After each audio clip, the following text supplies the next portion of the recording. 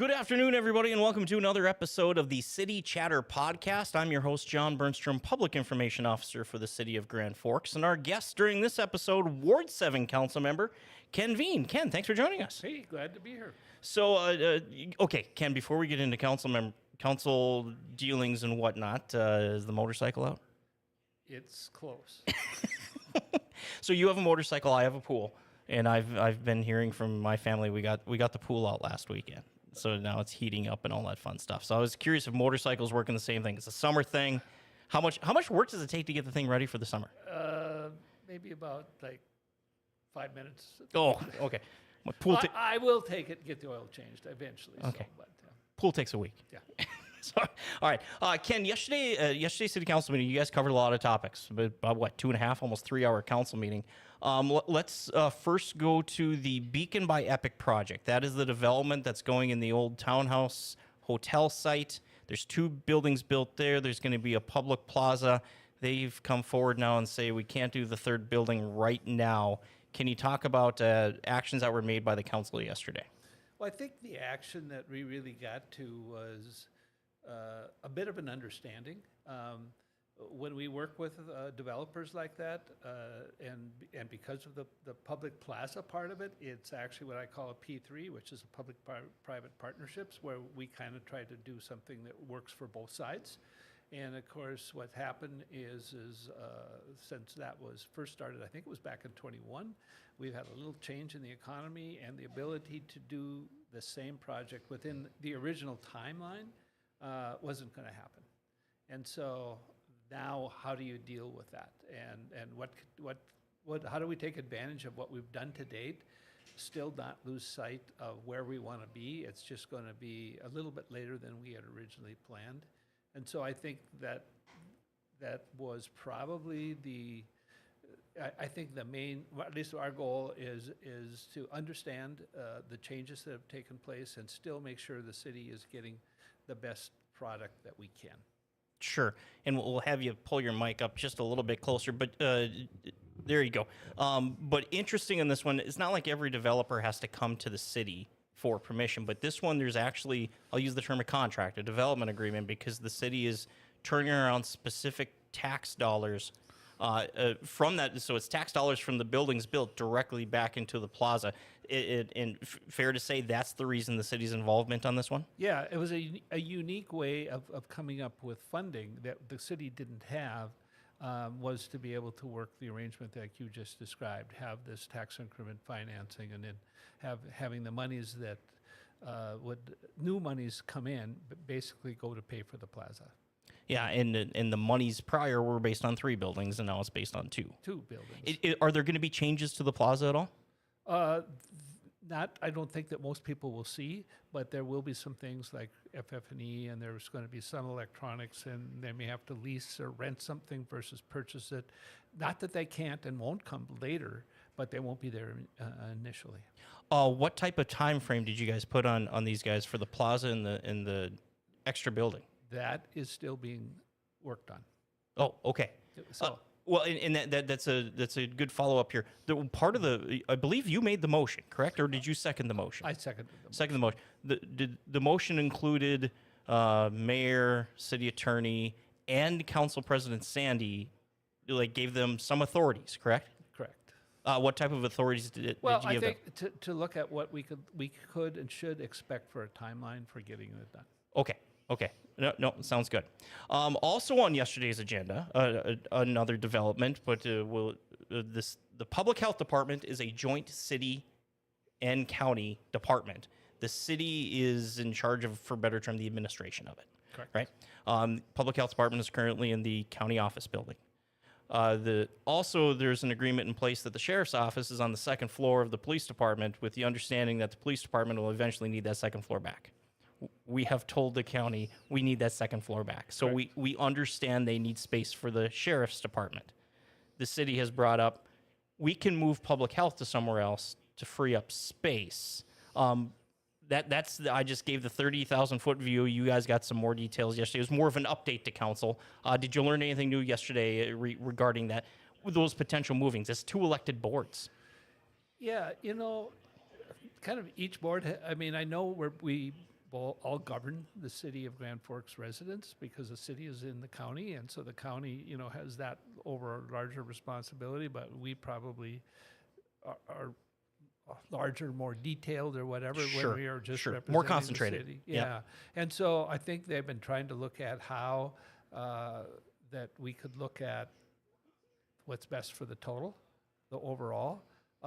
But on the same token, the county is also responsible for handling their finance as well as we are, and we can't dictate to them what they can do, nor vice versa. So I think that the county has laid forth some decisions, I guess. Maybe some of them are formal, maybe some of them are not, about, where can the sheriff's office move? What makes sense? And I think it really yesterday gave us an update, but it wasn't a clear vision about how we might move forward with that, because there's certainly options. I mean, the health department could build a new building, the sheriff's office could build a new one, we could go lease existing space. There's a lot of, for me anyway, additional information that needs to be studied between now and when a change would be made, because they've also come back and said the health department can stay in the current location at no cost. Sure, at no cost to the city. Still doesn't leave them with more space. The balancing act that the two governing bodies have, right? I do understand the county is waiting on some studies to come back, hoping to in June potentially. That's what I understood too. That they were going to. I think they had an RFQ going out. Sure, about trying to find some that's space qualified that could help them, act as that agent or whatever to look at what the options are. Is what I understood. But that. The county could probably explain that much better than I can. Well, with that said, the city's looking potentially at if it were to lease space in the Franklin on 4th, is that new building going up across the street from City Hall downtown. There's also, you need to have fairness to that developer if the city backs out, to at least give them time, right, to find a new. Do you have a timeline in your head in this decision of when you hope to maybe have a decision one way or the other done? I don't have a time frame, because we exist right now at no cost for the city in a location to the best of my knowledge meets our needs. Mm-hmm. So unless somebody's coming forward to say we have an opportunity that we just can't ignore, but I'm also going to be worried about the cost, because right now I look at our mill levy. I want to be really careful with it. Right. I'm very protective of that. And I want to make sure that as we are getting into budget season now, that of course we identify what costs may or may not be in there, but be very cognizant of that, of where we are, because I'm not much in favor of raising our mills. Question for you. I'm sorry. You mentioned the budget season and everything. I know there's a state law that the state legislature can't. They can put legislative intent, but they can't pass a law for a future legislature that they have to follow. Do you, as a council, have that same rule that you can't put a future council in a bind financially? To the best of my knowledge, yes, we can't. Obviously, if we take out a loan, we got to make the payments, right? Sure. But we can't dictate that we will take out a loan in the future or something like that, because that would be directing future councils, which we can't do. Sure, you can probably give the term that's made at the state legislature is legislative intent, but that's not binding by law, correct? You can make a council intent as we intend to do this, but it's a future council's decision. That's the way I would read it too, yes. Sure. Speaking of state issues, you're involved in a couple of state things. One of those, Red River Valley Water Supply Project. Big project, bringing water from the Missouri River across the Continental Divide to the Red River Valley. Do you have any updates on that? I mean, there's state money into it. We've been talking about it for years, but there's work getting done. There's a major work that's getting done, and everybody is getting geared up now for this coming construction season, where we will have various portions of the pipeline underway. So there's been a lot of progress. There's a major intake that was built, I guess, near the Missouri River. The outlet north of Valley City has already been built. And so we are working on the pipeline in between. There's a couple phases that are under construction. A few more will be coming up this year as we continue that process. We're working toward probably a 8-year plan to get it completed, because this is 72-inch pipe buried 8 feet deep, and in areas that are not very good for I'm going to say constructing a high water table, and lots of issues. So, but the great part is it's underway. We are just starting to think that get ready to go back to the legislature in the next session now, which will be less than a year away, and start talking about what the financing and the funding we need to continue to try to keep on schedule to get the project done. You talk about going to the legislature for the.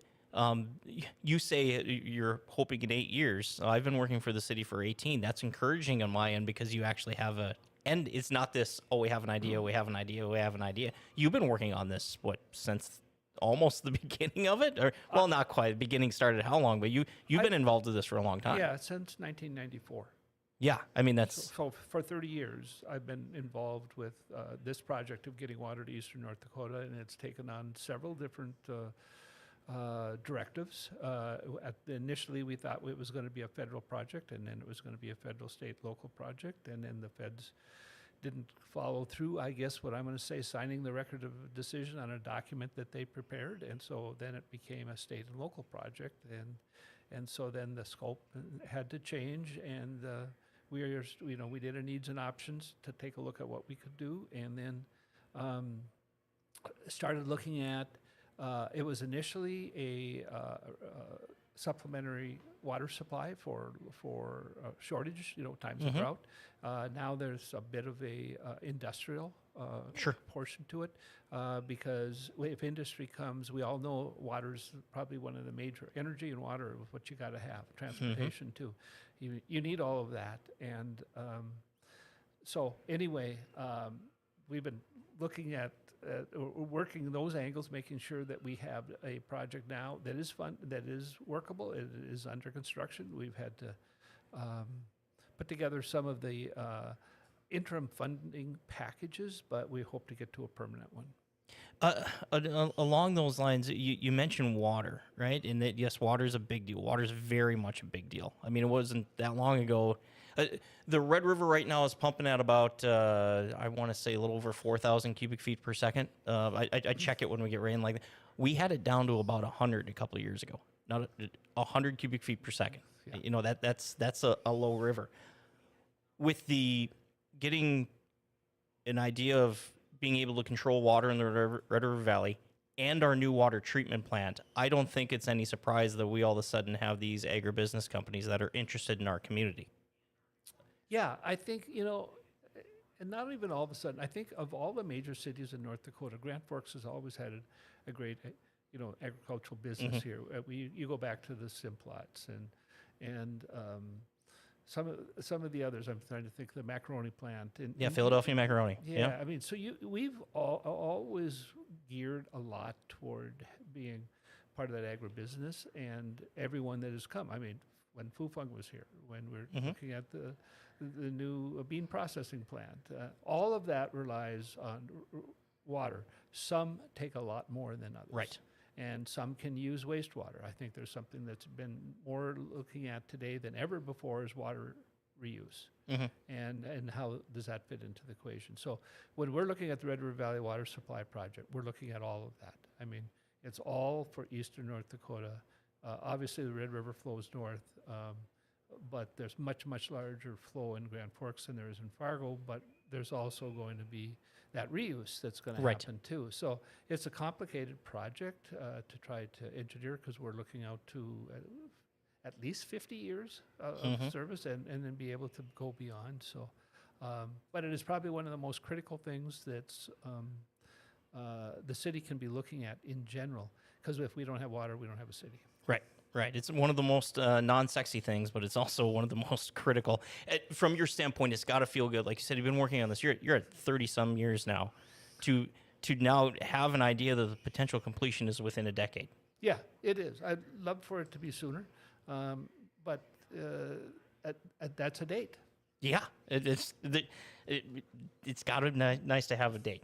Also from council standpoint, Ward 7, you have been representing Ward 7 three terms, 3 terms and you're now running for a fourth. for a fourth, yes. For a fourth. Running unopposed.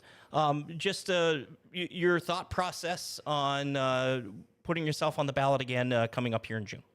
Yeah, I obviously did a lot of thinking about it. It's a big job, and it's really, really important and critical. Not only from two different perspectives. One of them is representing Ward 7 and the issues that are specific to Ward 7, and then what you do for the larger city and the whole. So yeah, I mean, I looked at that, and I think the subject that we just talked about, water, I just have a lot of history, and we're getting close, and I felt like it was, until we get this a little bit further along, I really, really wanted to stay involved. I think it brings value back to our community and the ward. So it was a major part of my decision to move forward. But there are other pieces to it too. I mean, I probably know infrastructure better than most do. And I think there's things happening with the wastewater treatment plant, and just some of the city growth things that are going on. It feels real natural. You mentioned the wastewater treatment plant. We're going through a revamp out there too, in a positive way, right? Where the city's growing, you got to maintain some of that infrastructure. Yep, it's growing and it's aging, and you Yep. got to stay on top of it. You can't wait till it breaks. In Right. most cases, you got Yeah. to be able to be it. Otherwise, you're in non-compliance or whatever.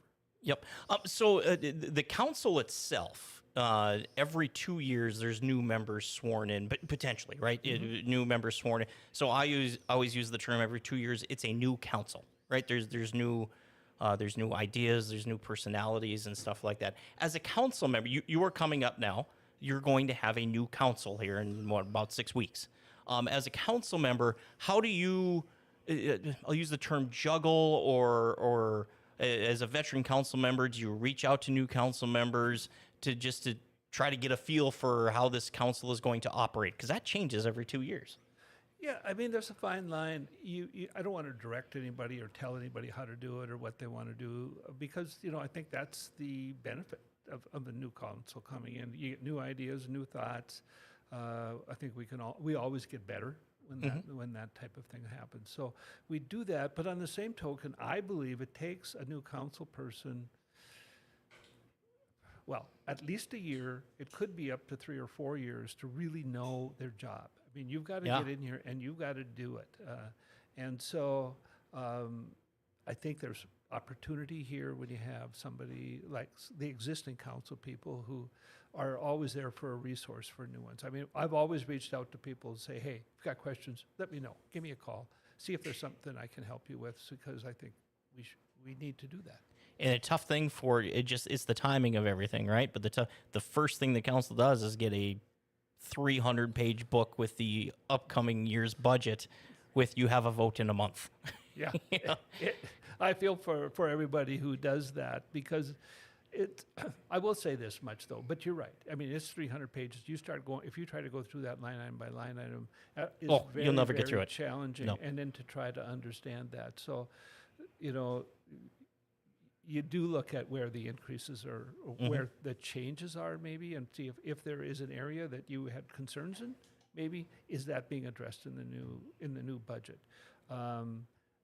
But I think if people can get into it, the more they can, the better informed they will be, at least, not only for that quick short term, but for the long term. Well, and I should mention in the city budget, right? You guys, as a council member, you hear the most phone calls when you're talking taxes, right?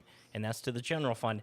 That's just a fraction of what that entire book is. There's utility fees, and there's grants that come in, things that have been saved for years that you can now execute, and because I believe capital improvement goes out 6 years, right? Yeah. Taxes are every year, so there's within that book and in the books like that, right? There's many moving parts in there. Yeah, there is. I mean, and that's specific for this year, but you bring up a great comment. We usually have a long-term capital improvement plan.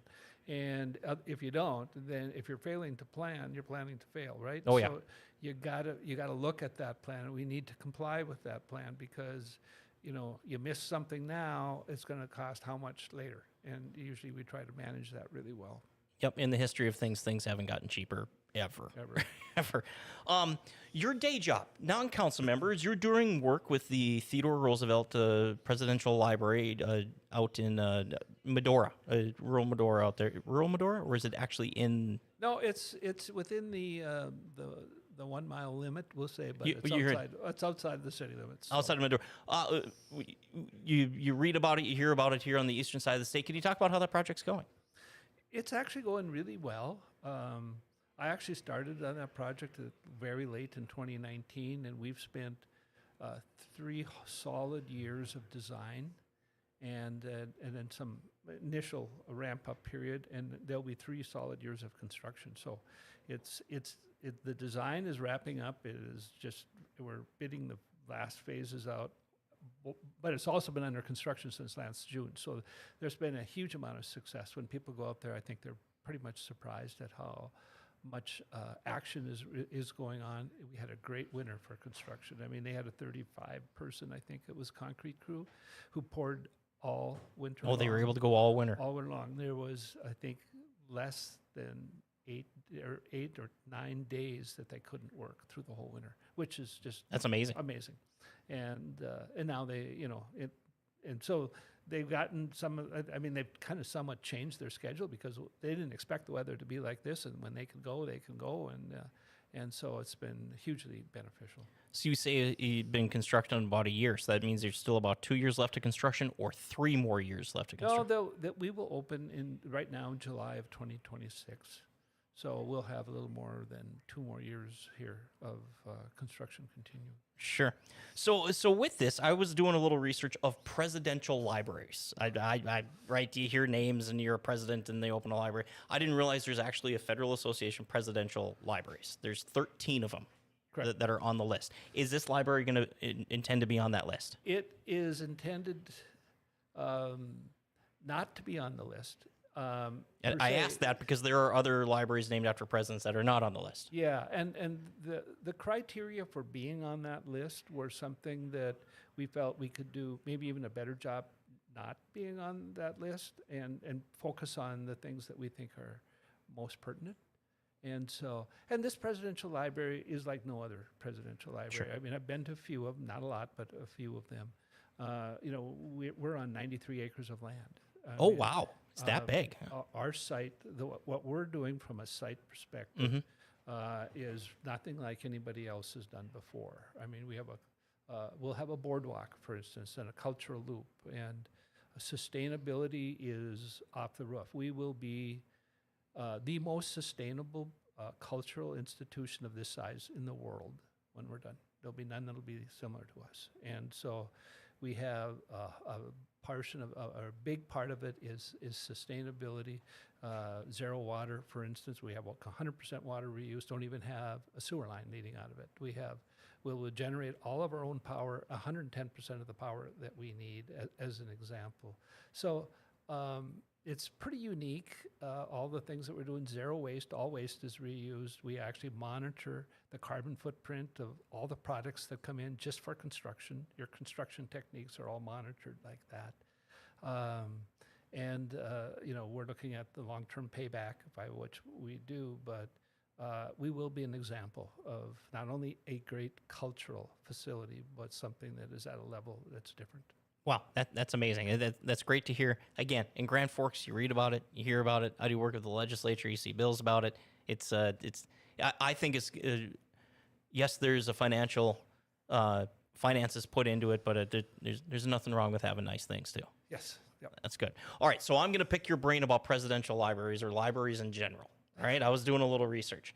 Do you know who started? So there is a federal presidential library program. It falls under, I believe, the Federal National Archives and stuff like that. Do you know the president who started it? Related to the president that you're building for. Yeah. Roosevelt. Franklin Roosevelt, yes, yeah. In 1939. And then the FDR library was dedicated in 1940. Yeah. And that's the first one. The most visited presidential library, do you know where that one is? Or which one that is? Of course, I'm going to guess, but Reagan? Reagan is it? Yep. In 2022, it had over 200,000 visitors to the library. That's the most visited. I mentioned there are 13 presidential libraries that are currently open. There are also 2 that aren't open yet or are planned, don't have a dedication, but one isn't going to be open. Get this, President Obama is going to have a digital library, so there's going to be no structure, but it's going to be the Obama Digital Library. Yeah, but there is an Obama structured library. Is there going to be a structured library too? There definitely is. There's one in Chicago that's being built right now. That's being built right now, and I guess there's already plans for a Donald Trump library. That could be. That Right. could be. This is what makes this one different, though. Just so you know, it's the only library that's been built after the president, has passed. Has on. passed. Yeah. Oh, So interesting. A lot Yep. of the others, the president have been a part of the design and construction of them. Well, and that was interesting is what got this started with Franklin Delano Roosevelt is presidents have papers, not necessarily top secret papers, but just their papers and what to do with all of that. And I guess it wasn't really organized. And Franklin Roosevelt says, we need to organize this. Yep. And it was the whole idea of a place it's an archive. Yep, absolutely. And the thing that we're doing right now is similar to that, but quite a bit different, is we're digitizing as much of that Sure. information. So you no longer do you have to go there to see it, but and there's so much of his stuff that's all over the world, in fact. But we're trying to incorporate where we can, especially with the digitization. Another fun one I found is, now this is not on the list of the national presidential libraries, but the first library named after a president. I'll give you the year. If you name the president, good for you. 1916. It's in Ohio. I should do that. Rutherford B. Hayes. Okay, I would not. Yeah, right. No, I say good for you if you would have pulled that one off. In Fremont, Ohio, they believe was the first library named after a president. And then I have one more. This is not presidential library related, but the first modern public library. It's in New Hampshire. What's the definition of a modern? I know they had. I looked up first library, and there's lists of all these. In the United States, they defined, not defined, but they said probably the first library was Benjamin Franklin, but it was a subscription-based library. Like you would get it delivered to you. There wasn't a building, but it was the first exchanging of books. This one, I'm assuming modern library is a building. Do research, all that stuff. It's public. 1833 in Peterborough, New Hampshire. Yeah, I thought it was interesting. They had a whole list of the first bookmobiles and the first children's libraries and everything. And well, John, thank you for the education, because I'm here learning a few things. God, I was learning that too. But the presidential library stuff I think is interesting. Just yes, it's around that president as well. And like you said, you're gathering things for the Theodore Roosevelt. Is everything tied to Theodore Roosevelt, or are you gathering other stuff as well? No, most of everything here is really tied to Theodore Roosevelt. When the museum part opens, of course, we have a 300-seat auditorium as an example. There'll be a lot of there's classrooms, there's ability for education. The site we have, which is on top of the butte, has an amazing view, and you can see as for instance, the Mattahay Trail, if you're familiar with that, it runs through part of our property now. The national park, you can look out the windows and you get access to that. Plus just a 360-degree view of the Badlands. So it's not a bad view. It's going to be nice. Ken, thank you very much. I very much appreciate you joining the show. And good luck in the upcoming election, and good luck building the library. Okay, well, thank you.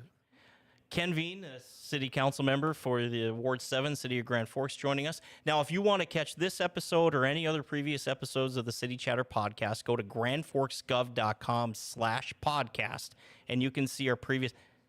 Ken, I think you're episode 20? You might be 20? 21? 21. Ken's 21. Yeah, that's right. Yelling from the back. I appreciate that. So you can see all the previous episodes at grandforksgov.com/podcast. We're starting road construction. Spring cleanup week is coming up May 13th. Summertime is happening here in Grand Forks. You're going to see Ken on a bike. You're going to see me in a pool. It's going to be a lot of fun. Enjoy your evening, everybody, or enjoy your afternoon, everybody, and we'll catch you next time.